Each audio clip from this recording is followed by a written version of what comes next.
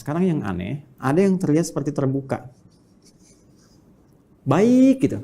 Tapi ternyata hatinya berpenyakit. Nah, penyakitnya ini berbeda dengan penyakit-penyakit yang kufur tadi, penyakit-penyakit yang fasik tadi. Yang ini lebih kronis sifatnya. Karena tidak nampak secara langsung dari perilaku. Kalau yang kufur nampak langsung dari perilaku. Ya, penyakitnya dari fahsya misalnya muncul apa? Pornografi, nonton gambar-gambar yang tak bagus, video-video yang buruk, yang itu pornografi itu akan membawa kepada tingkat yang lebih serius.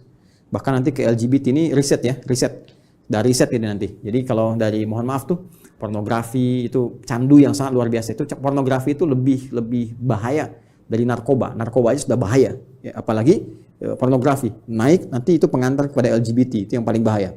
Ke atasnya lagi. Nah, ini teman-teman sekalian, itu fahsya. Kata-kata kotor, jorok dan sebagainya. Ya, mencuri, membunuh, merampok dan sebagainya itu mungkar. Nah, perbuatan fasik, penyimpangan itu karena sifat-sifat tadi, fahsya dan mungkar.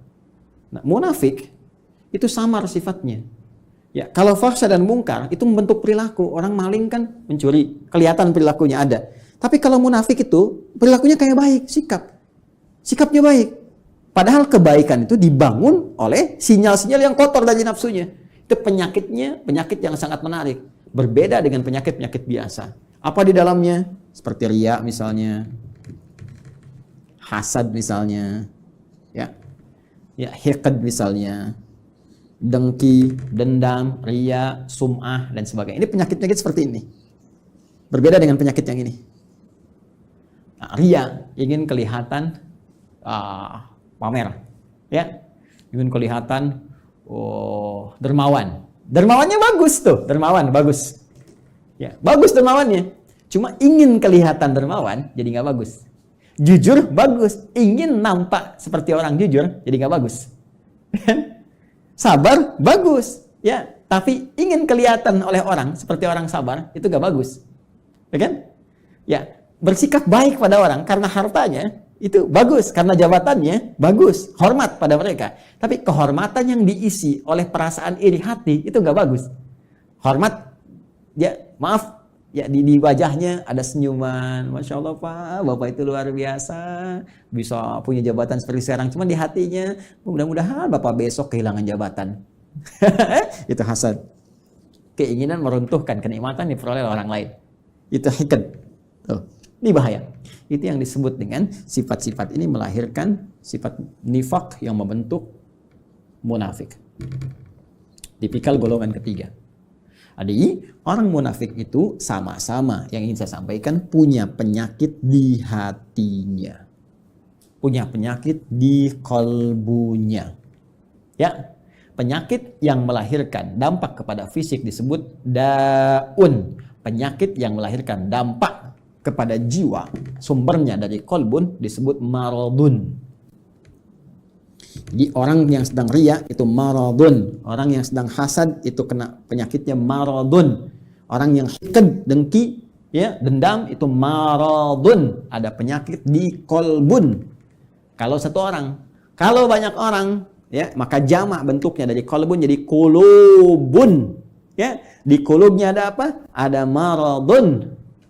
Karena itu kalau ditanya kemudian, kenapa orang munafik itu bermasalah imannya? Kenapa dia menipu dirinya sendiri? Di ayat 9, ya kan? Kenapa dia mencoba menipu Allah dan orang beriman? Padahal tanpa sadar dia menipu dirinya sendiri. Karena di kolbunya ada maradun. Karena di kulub mereka kalau banyak. Karena munafik menular. Kalau banyak orangnya di kulubun. Ya, di kulub hati-hati mereka itu ada penyakit maradun.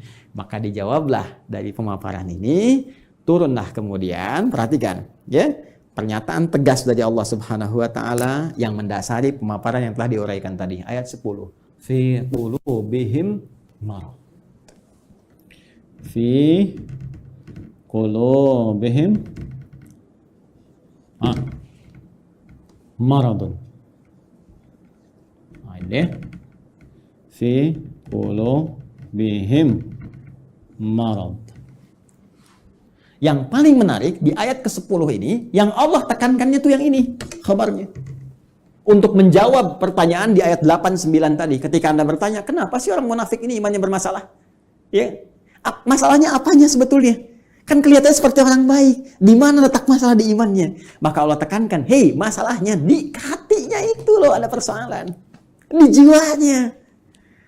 Ada masalah besar di hatinya yang nggak sama seperti orang normal. Ini orang nggak normal, kelihatan baik tapi hatinya berpenyakit. Kan? Ini yang ingin ditekankan. Di persoalan utama orang munafik itu ada pada jiwanya. Ini kembali ke sini tadi nih. Ini yang sedang dikuasai oleh setan dengan penguasaan yang sangat dahsyat. Sehingga nggak nampak seperti orang-orang fasik. Nggak kelihatan seperti orang kafir yang menutup diri, yang jelas perilakunya. Ya, jelas nih, arahnya jelas. Ini samar kelihatannya. Kenapa? Karena ada bahaya di sini nih. Dan bahayanya apa? Jenisnya. Anda bertanya lagi, apa ya Allah jahat? Jenisnya apa? Bahayanya apa? Penyakitnya bagaimana? Marad nih. Fi qulubihim marad. Nah, ini ada penyakit-penyakit samar yang nggak nampak secara langsung, nggak kelihatan. Ya, nggak kelihatan, tapi lewat perilaku itu bisa terdeteksi. Nanti yang bisa melihatnya adalah nilai-nilai keikhlasan. Benar nggak nih? Saya mau menyumbang Pak untuk renovasi masjid. Kelihatannya di sini ada renovasi. Oh iya Pak, Masya Allah, Alhamdulillah. Sampai sini masih bagus. Berapa Pak kebutuhannya? 5 miliar. Nggak usah. Biar Pak nggak usah buka sumbangan. Biar saya aja yang nyumbang. Kan? Sampai sini masih bagus. Benar Pak? Iya nggak apa-apa.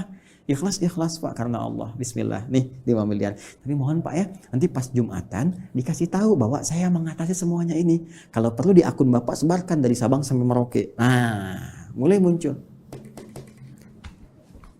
Jelas ya?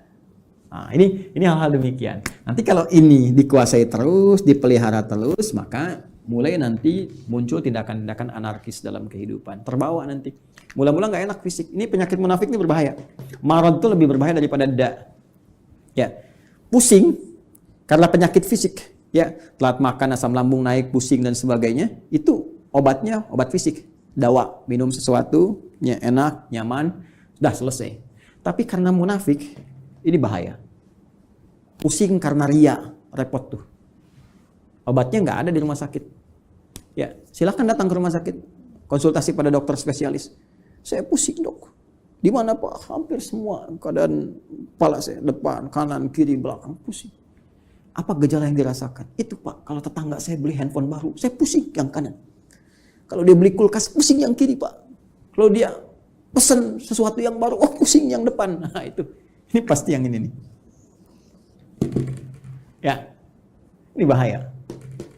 Fazadahumullahu marada, kalau dia nggak taubat, terus dipelihara, dikoleksi, apalagi dihiasi oleh setan dengan hiasan-hiasan fatamorgana, ya, nanti dapat ini loh, dapat itu loh, ya, terus dikemas seperti Abdullah bin Ubay bin Salul, ingin dapat kedudukan di Madinah, terus dia pura-pura, ya, beriman, ya, supaya dapat simpati, terus pakai pakaian seperti orang beriman, supaya dapat perhatian-perhatian, dekat dengan Nabi, tapi di belakang merencanakan hal buruk, ya.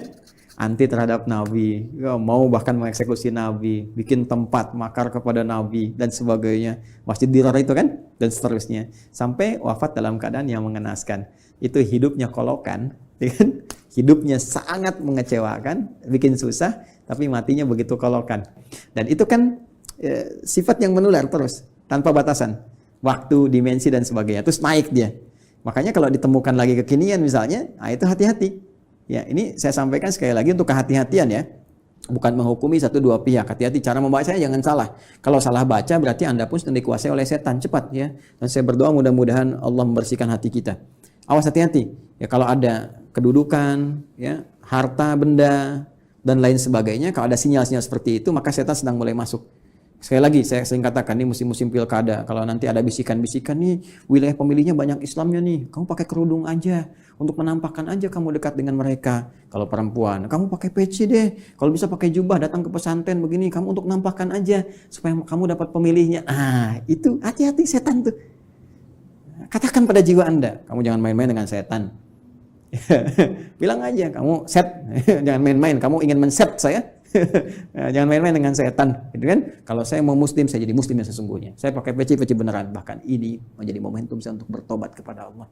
Kalau saya dipilih, saya akan jadi pemimpin yang benar. Ya, saya akan dipilih pejabat yang benar. Jadi muslim yang benar. Nah itu.